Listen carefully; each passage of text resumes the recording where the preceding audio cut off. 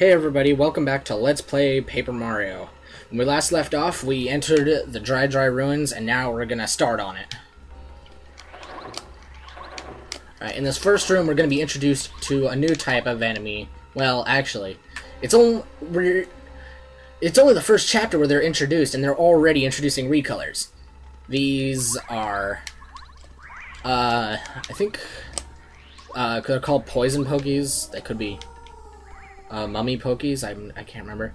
Anyway, inside this coffin you'll get a spike shield, which this little baby lets you jump on enemies without getting hurt if they're spiked. So, well, sure. I'm not gonna bother. The jump is still too weak to be of any use, so I'm not gonna worry about it at the moment. It's not for a couple chapters when the... Actually, it's not until next chapter that the jump actually becomes good. So, until then, just resort with the hammer.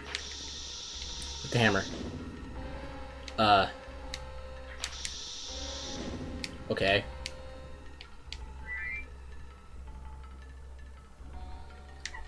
Anyway, I guess I'll... What the... Come on. Okay, these guys are really getting on my nerves. Okay, there we go. Because I do want to battle once, I can show you right now. Let's bomb him. Bam. Alright, if I'm right, they have the exact same stats as a normal one would. A normal Hoagie would. But these ones are slightly different. These pokies can actually put the poison ailment on you. Like that. If you don't guard an attack, you'll be poisoned for 3 turns. Poison isn't that bad, it just does 1 damage every turn. This early in the game, it's a little dangerous, but later on it becomes absolutely worthless, because it doesn't do proportional damage, it does exactly 1 damage every time. And poison and all status ailments wear off when you leave a battle, so it's not that important. Okay, here's one of the gimmicks of this dungeon. These switches. These switches will drain the room of sand and fill up the room below with sand. This is used quite a few times, and sometimes there are even things under the sand. Go across and allows you to get in here. We have this eerie voice still talking to us. The crack up there looks a little off. Okay, so you can't get that key because it's too high. So that means obviously in the room above there must be sand. Okay. Right here is the introduction to the Buzzy Beetle. Buzzy Beetles are quite easily, for being this early in the game, they're easily some of the strongest, some of the defensively strongest enemy in the game. How did I just say that? One of the most defensively strong enemy in the game. Because I believe they boast, like, 4 defense or something like that. Just some crazy number. Not only that, but they're completely impervious to fire. So, fire doesn't work. They have 2 attack, and I think they have 3 HP? Yeah, I think they do. Well, they could have just 2 HP, actually. I think they may only have 2. Oh, and here's the first instance of the spell kicking in. See? It increases the amount of coins I win. Because it's this early in the game, it's not really that much, but later on in the game, you can easily get up to, like, 20 coins from a single battle. It's amazing. Okay. Bomb the wall here, giving you access to another sand room.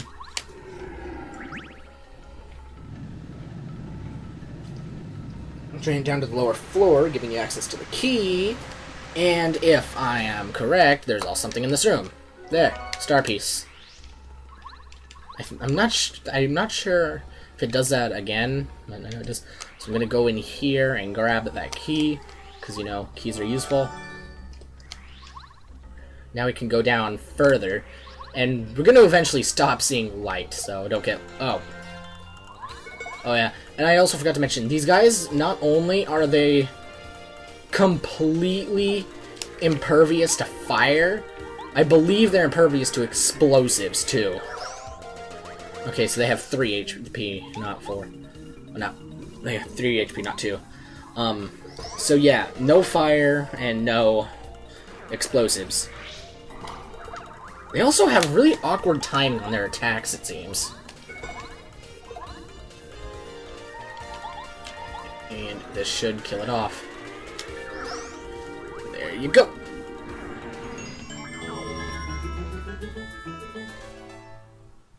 Drop a heart, please. So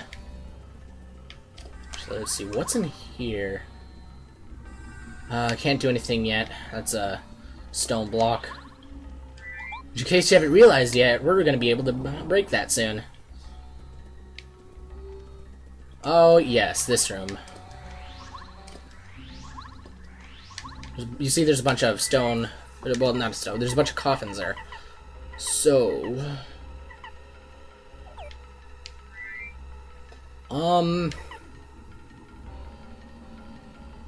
I've almost leveled up, so... What I'm gonna do is... Let's see, Cooper...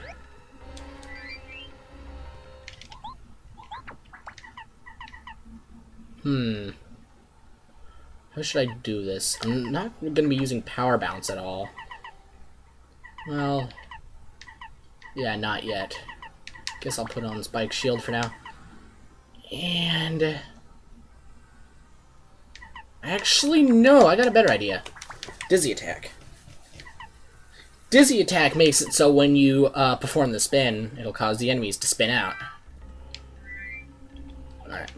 So now what you do, hit this block, and it opens up the 3 coffins. And locks the door. Spin into them, and knock them out. Alright, so now that one's dazed, and pretty much can't do anything.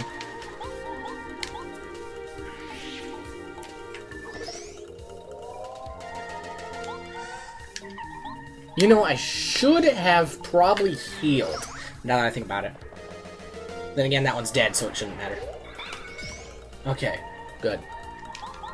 Alright, and... kill it!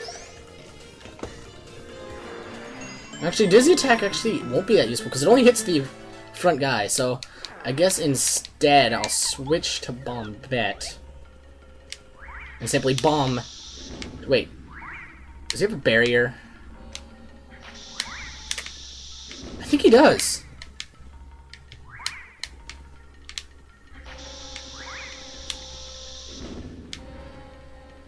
I think he may have an enemy barrier. There we go. Okay. An enemy barrier is something that keeps enemies from a certain distance from you. Oh, okay. Well. This is the first instance of a ceiling enemy. These are pretty rare. You don't see them very often. They're unattackable by most attacks. You're mostly stuck using a Quake Hammer or some kind of projectile-like move. Anyway, this one's a super... Oh, and we get the power boost. When you get the power boost, it increases your attack by 3 for this one attack. Like that. Now see, this is where the usefulness of jumping comes in. See, if that was a hammer attack, that would have done a single hit for 5. But instead, because I was jumping, it did 2 hits for 4. It may have done less damage with each hit, but the accumulative total does far more than needed. And bomb. How'd that miss? Oh, crap. Oi. Refresh.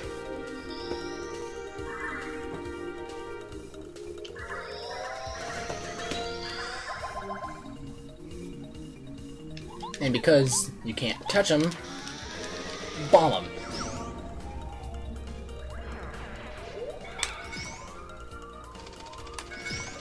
Okay, I'm doing good with that. And to get him off the freaking ceiling, I'm gonna Quake it. I believe this chapter has the I think this chapter has the most amount of ceiling enemies. Because when I said these things are rare, I wasn't kidding. Ceiling enemies are extremely rare, and they pretty much only appear in this chapter, and I think they may appear in one other. I may be wrong on that. And there it goes. Alright, I'm finally... Due to the fact that I'm actually having a little bit of a difficult time, I'm going to actually increase my FP for once. I've been stuck with my BP, but at this time I could actually really use it.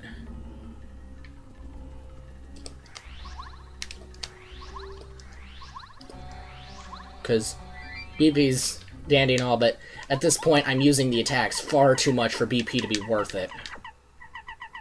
So if I can't actually, you know, use my attacks, it'll all be useless. Because later on I won't be using very many attacks. I use a very limited stock of moves. Mostly using all my power. I usually use all my BP to fuel like only 2 attacks in the end. One of which I already have. Alright, this is the entrance to this is the treasure room here. The treasure room, as you can see, the thing is blocked by a stone block. So we have to go through this totally complicated puzzle to get in there. Not really. But, so I guess go over here, hit the switch. Because you need to get all the way up to the top left so you can get over the wall. If they wanted to not let anybody get the treasure, why'd they put up this whole system? To make it really easy. So hit this.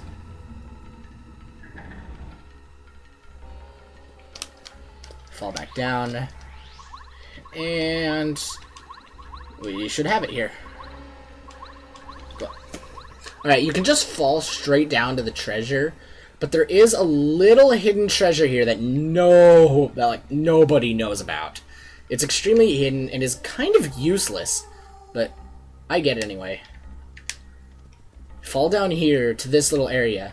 Come down here, and you can go through the wall and find a very rare badge, the Slogo. This is absolutely pointless.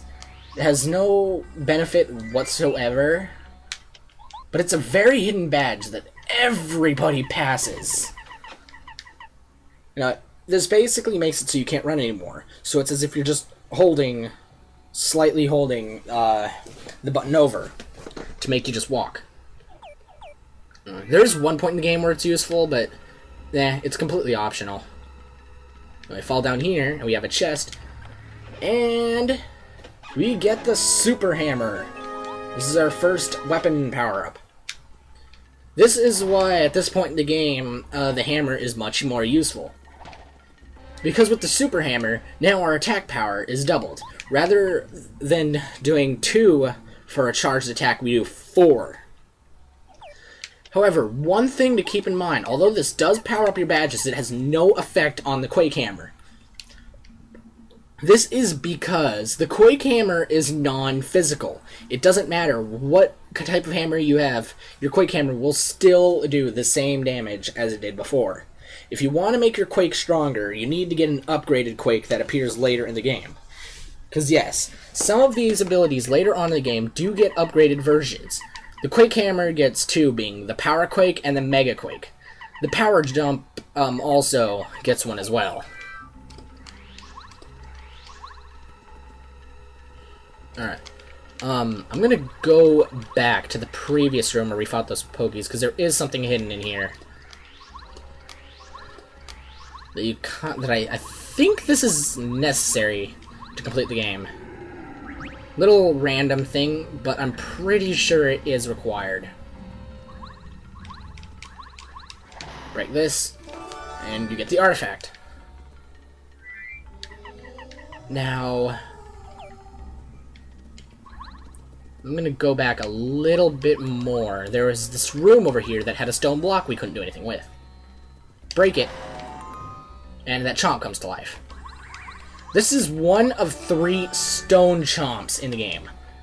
They only appear in this area and are very scripted. This is one of the instances where the hammer comes in useful. Because these things, I think, have... Well, based on that attack, they only have 1 defense. They have 1 defense, I think 3 attack, and 3 HP, I think.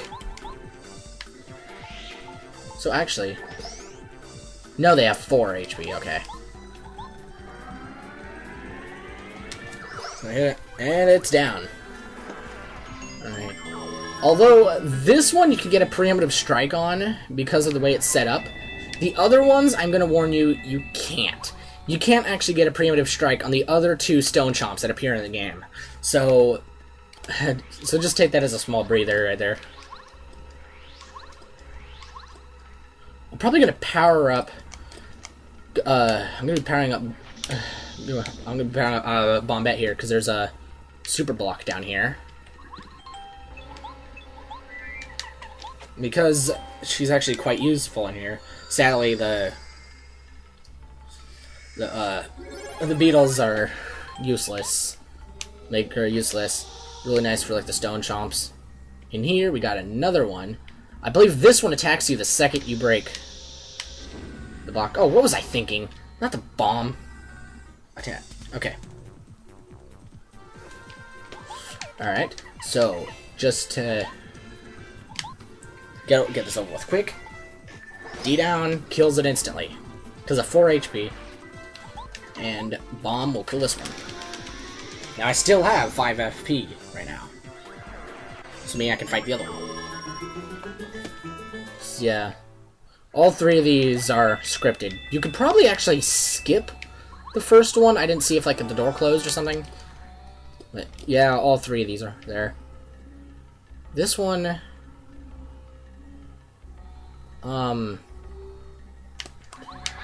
there's that hallway there, but I don't think we need that yet. I'm gonna skip over that and go over here. And there's this room with a bunch of chomp statues. We'll ignore that for now. Okay, so yeah, down here, break this, hit the switch, and it'll make all these blocks come out.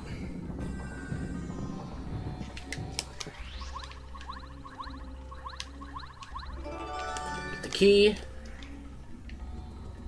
and this hallway is a bit of a nuisance because, as you saw there are beetles on the ceiling. Buzzy beetles are one of the... This is weird because they can be on the ceiling like that. Just really weird.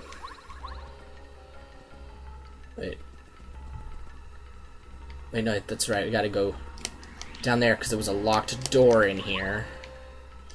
Alright, we're nearing the end of this dungeon. I'm gonna tell you that.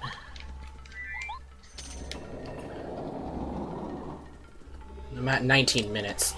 So, taking me about 20 minutes to complete this. I believe it's faster than the previous dungeon was. Because this one isn't very complex. It's pretty straightforward. Alright, now you see these right here. This is a order you kind of want to remember. Pyramid, star, moon. Because we have these. So right here. No, star, it's diamond. Whatever. I'm going to put those 2 and leave them there for now. Go in here.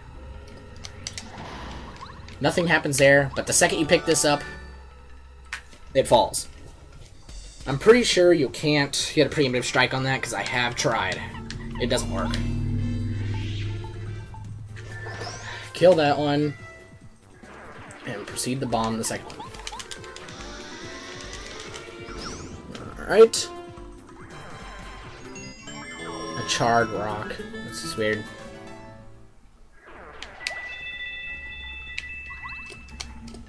Okay. Leave the room. put the moon in there.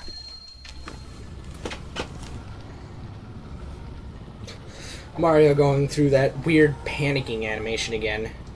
It's so out of place.